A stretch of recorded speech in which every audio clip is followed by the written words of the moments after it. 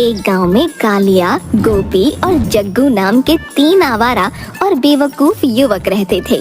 उन तीनों की आपस में गहरी दोस्ती थी। तीनों गांव में आवारा घूमते फिरते रहते थे।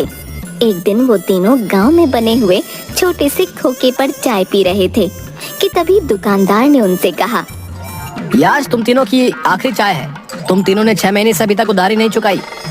अरे तो क्या हुआ, हम कहीं भागे थोड़ी जा रहे हैं, दे देंगे तेरे पैसे, इतना बड़बड़ा क्यों रहा बे? ये सुनते हुए मुझे पूरे 3 महीने हो गए। अबे तो 3 महीने और सुन ले, हम तीनों को जल्दी काम धंधा मिल जाएगा, समझा? पहली तनख्वाह से तेरे पैसे तेरे मुंह पर मार देंगे। गोपी की बात सुनकर दुकानदार का गुस्सा 7वें आसमान पर पहुंच गया। एक तो तुम तीनों ने 6 महीने से उधार का पैसा नहीं दिया, ऊपर से मुझसे जबान भी लड़ा रहे हो। तुम तीनों को शर्म बची है कि नहीं? अबे काहे की शर्म? जिसने करी शर्म उसके फुटे करम। कितने पैसे हुए तेरे? आज के पैसे मिलाकर पूरे 4000 रुपए। धौंस तो ऐसा दिखा रहा है जैसे 4 लाख रुपए हो गए हो। पहले अपनी औकात से 400 की करी लो। तुम तीनों एक नंबर के निठल्ले और आवारा हो। मुझे 3 दिन के अंदर अपनी सारी उधारी चाहिए। अबे पागल हो गया क्या है? 3 दिन के अंदर हम तेरे पैसे कहाँ से ला के देंगे बे? कहीं से भी ला कर दो। 3 दिन के अंदर मेरे पैसे मेरे पास नहीं पहुंचे तो मैं तुम्हारी शिकायत गांव के मुखिया से करूंगा और तुम्हारे घर के अंदर जाकर तगादा करूंगा। तब कहीं जाकर तुम्हारी अकल ठिकाने आएगी। दुकानदार की बात पर कालिया आग बबूला होकर बोला, क्या बोला तू? अबे जरा से पैसों के लिए हमारे घर में घुसकर हमसे तगादा करेगा? ऐसा करके तो देख, मार मार के तेरे शरीर में भूसना भर दिया ना, फिर क्या दियो। तभी अचानक वहाँ पर गांव का मुखिया आ गया। उन चारों को आपस में झगड़ते देख मुखिया कड़क कर आवाज में बोला, क्या हुआ, तुम चारों आपस में झगड़ा क्यों कर रहे हो बे? देखिए मुखिया जी, एक तो इन तीनों ने 6 महीने से चाय का एक पैसा भी नहीं दिया और जब मैंने इनसे पैसे मांगे तो उल्टा मुझसे बदतमीजी करने लगे। मुखिया जी, हमने इससे बोला था कि हम इसके पैसे जल्द से जल्द लौटा देंगे, मगर ये घर में घुसकर तगादा करने की धमकी दे रहा है। सही तो कह रहा है वो। हमें थोड़ा सा वक्त चाहिए मुखिया जी। ये हमसे बोल रहा है कि 3 दिन के अंदर पैसे चाहिए। भला हम 3 दिन के अंदर पैसे कहाँ से ला कर देंगे? इसकी चाय तो तुम खूब मजे से और चटकारे ले लेकर पीते हो बे, और पैसे देने के नाम पे बोल रहे हो कि कहाँ से ला कर देंगे। तुम तीनों के अंदर शर्म नाम की कोई चीज है या नहीं? इतने हट्टे कट्टे नौजवान होकर तुम चाय तक के पैसे नहीं दे पा रहे। शर्म आनी चाहिए तुम तीनों को। मुखिया जी, मुझे मेरे इनसे पैसे दिलवा दीजिए। तुम तीनों ध्यान से सुनो, 1 हफ्ते के अंदर अंदर इसके पैसे लौटा देना, वरना मुझसे बुरा कोई नहीं होगा। अब निकलो यहाँ से। वो तीनों वहाँ से चले जाते हैं और एक पेड़ के नीचे बैठकर सोचने लगते हैं। अबे यार, बुरे फंस गए यार। अब 4000 रुपए 1 हफ्ते में कहाँ से ला कर देंगे वे? अबे चिंता मत कर, कहीं से इंतजाम कर लेंगे। कहाँ से इंतजाम करेंगे? मेहनत मजदूरी करना हम जानते नहीं, पैसे कहाँ से आएंगे? ऊपर से मुखिया भी हमको धमकी देकर चला गया। तभी वहाँ एक भिखारी आकर उनसे भीख मांगने लगता है। भगवान के नाम से कुछ दे दो बेटा। जाओ बाबा, माफ करो, भगवान के नाम पर कुछ दे दो, 1 रुपया ही दे दो।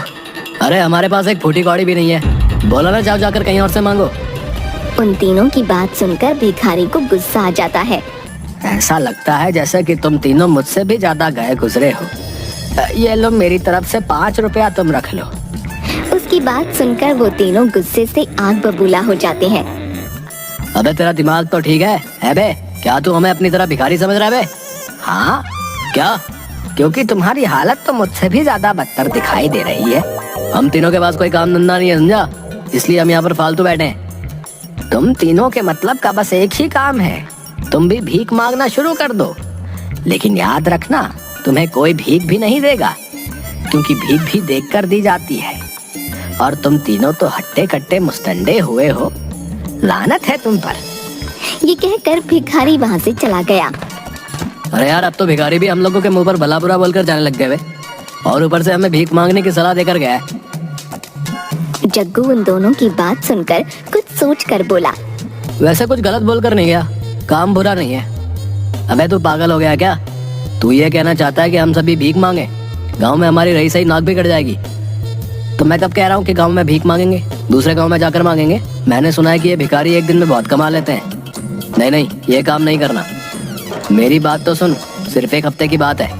1 हफ्ते में इतने तो हम लोग भी पैसे भीख मांग कर जमा कर ही लेंगे कि उस चाय के दुकानदार की उधारी चुका दें, और बोल देंगे कि हम तीनों बाहर बहुत मेहनत मजदूरी करके ये पैसे जमा करके लेकर आए हैं। इससे हमारा गांव में भी नाम हो जाएगा और कोई हमें निठल्ला और निकम्मा भी नहीं कहेगा। जग्गू की बात सुनकर गोपी और कालिया की आंखों में चमक आ गई। लेकिन यार हम तीनों को भीख देगा कौन? जब हमसे कोई भीख मांगने आता तो हम उससे खुद बोल देते हैं कि कोई काम धंधा नहीं कर सकता क्या? इसका भी उपाय है मेरे पास। कैसा उपाय? हम तीनों को बस थोड़ी सी एक्टिंग करनी पड़ेगी। हम तीनों में से एक अंधा, एक बहरा, एक गूंगा बन जाएगा। उसके बाद हम तीनों का काम आसान, लोग हम पर तरस खाकर आसानी से भीख भी दे देंगे, समझे?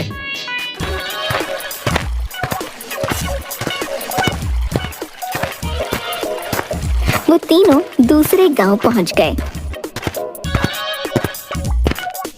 कालिया गूंगा, गोपी अंधा और जग्गू बहरा बन जाता है। उस गांव में एक व्यक्ति एक दुकान पर खड़ा होकर समोसे खा रहा होता है। हम तीनों एक साथ जाएंगे तो हो सकता है कि हम पर शक हो जाए। सबसे पहले मैं जाता हूँ। कालिया उस व्यक्ति के पास जाकर गूंगे की एक्टिंग करके भीख मांगने लगा, मगर उस व्यक्ति के पास जाकर कालिया ये भूल गया कि उसे गूंगा बनकर भीख मांगनी थी। भगवान के नाम पर कुछ दे दो बाबा, मैं जन्मजात गूंगा हूँ। कालिया की बात सुनकर वो व्यक्ति बुरी तरह से चौंक गया। अबे जब तू जन्मजात गूंगा है तो फिर बोल कैसे रहा है? कालिया को अचानक ध्यान आया कि उसे तो गूंगे की एक्टिंग करनी थी और फिर वो अचानक से गूंगे की एक्टिंग करने लगा। जबा जबा चबा। कालिया को देखकर वो व्यक्ति समझ गया कि ये इंसान झूठा है। अबे पागल समझा क्या? साले अट्टा कट्टा होकर गूंगा बन के भीख मांग रहा है वे?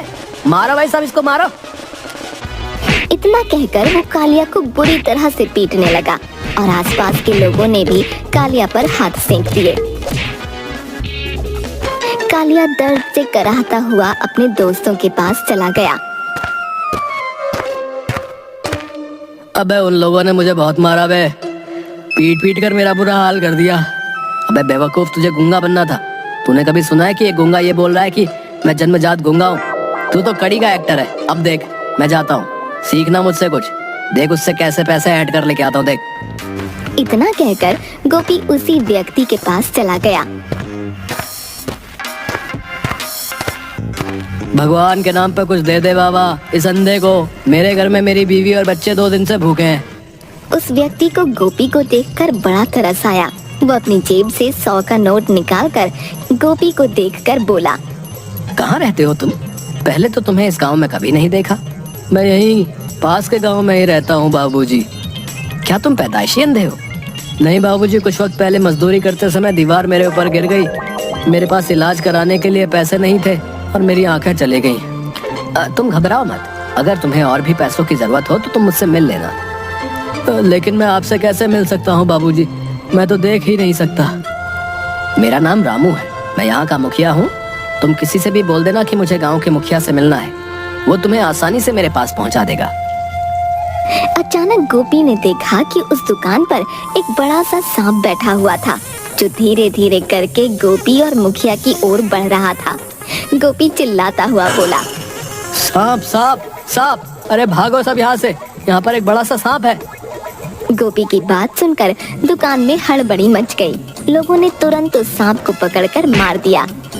तुम्हारा बहुत बहुत शुक्रिया भाई, अगर तुम मुझे नहीं बताते तो मेरा यही काम तमाम हो जाता। अचानक मुखिया के दिमाग में एक विचार तेजी से कौंधा। लेकिन तुम तो अंधे हो ना, फिर तुमने सांप को कैसे देख लिया? वो मुझे सांप की आहट सुनाई दे गई। मुझे पता लग जाती है जब सांप आता है। मुखिया गुस्से से आग बबूला हो उठा। झूठ बोलता साले, अंधा बनकर भीख मांगता है, तुझे शर्म नहीं आती? एक तो वैसे ही अभी पिट कर गया था, अब तेरी बारी है, मारो इसको। इतना कहकर सभी लोग गोपी को मारने के लिए बुरी तरह से जुट गए। गोपी वहाँ से भागता हुआ अपने दोस्तों के पास पहुँचा।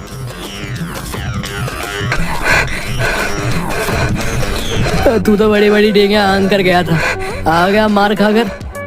अरे यार, एक्टिंग तो मैंने सही की थी, लेकिन बोलना मेरी मजबूरी थी। अगर नहीं बताता तो वो सांप मुझे भी डस सकता था। तभी जग्गू गुस्से में बोला, अरे तुम दोनों किसी काम के नहीं हो, तुम दोनों कुत्ते की तरह मार खाकर आ गए। तुमसे तो ठीक से एक्टिंग भी नहीं होती। तू तो बहुत 30 मार खाए ना, सलमान खान के बाद तो तेरी एक्टिंग का ही नंबर आता है। अब तुम दोनों ध्यान से देखना बे, किस तरह मैं उस गांव के मुखिया को बेवकूफ बनाता हूँ, समझे? रहने दे भाई, मुझे लगता है कि हमें ठिकाना बदल लेना चाहिए। कहीं तो भी अगर पकड़ा गया तो लेने के देने पड़ जाएंगे।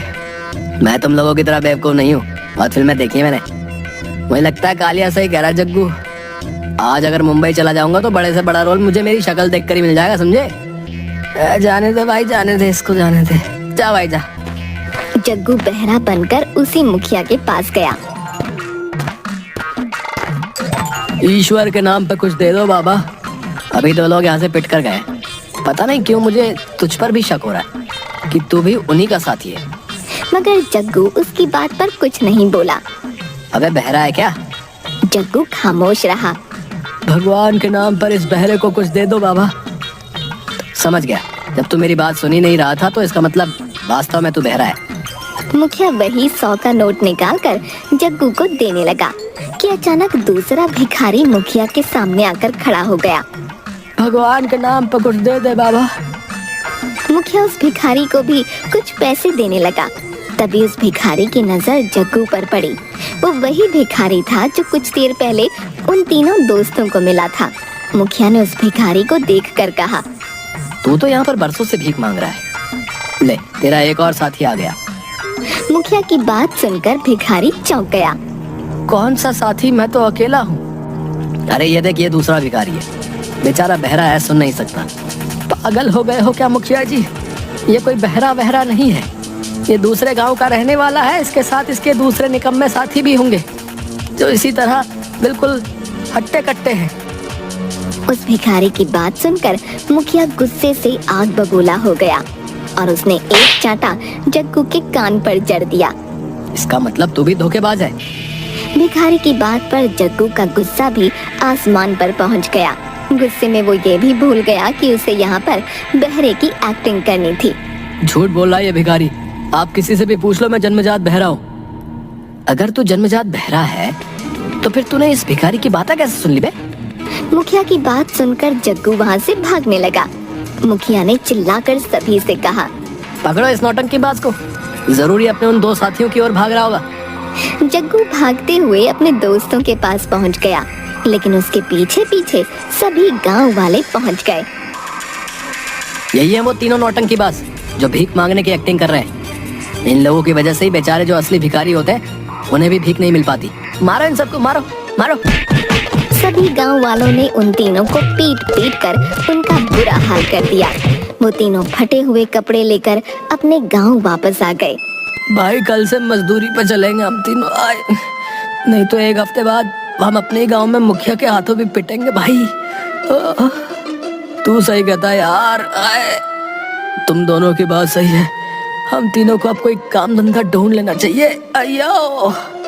इसके बाद वो लोग सुधर गए और मेहनत से कामकाज करने लगे।